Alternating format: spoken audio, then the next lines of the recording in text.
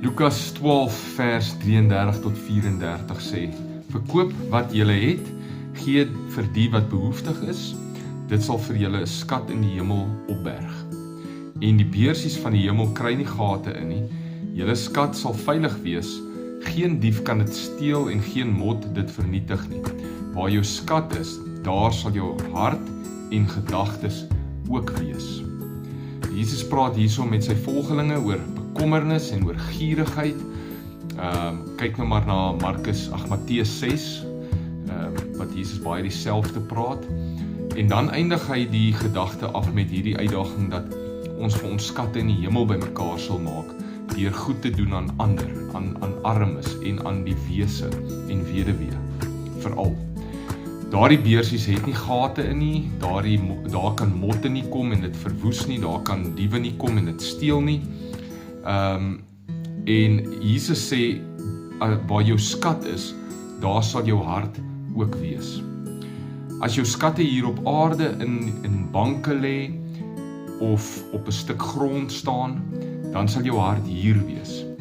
En jy sal jouself bekommer oor alles wat moontlik met jou skatte kan gebeur, want dit is vir jou skatte. Maar as jou skat in die hemel is, sal jou hart daar wees en jy sal vry wees van bekommernis, want niks kan daarmee gebeur nie. Dit is veilig. Waar maak ek my skatte bymekaar? Wat sien ek as my skatte? Dis die vraag. Sien ek hierdie, my huis, my kar, dit wat in die banke, sien ek dit as my skat, of is dit nou maar net middele tot my lewe hier op aarde, maar my skatte is dit wat ek in die hemel bymekaar maak, deur goed te doen aan ander.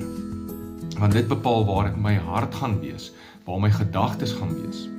En dit waaroor ek my bekommer, sal die bewys wees. Bekommer ek my oor die aardse goeders en wat daarmee kan gebeur, of bekommer ek my en beywer ek myself oor God se koninkryk? Is dit waar my gedagtes is dit waar my hart is?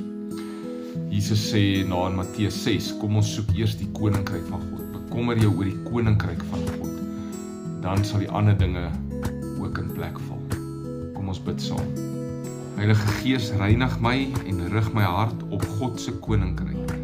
Help my om my skatte daar bymekaar te maak, want ek wil nie hê my hart moet hier op aardse dinge wees nie. Amen. Mag jy 'n wonderlike dag hê, tot volgende keer, die Here seën jou.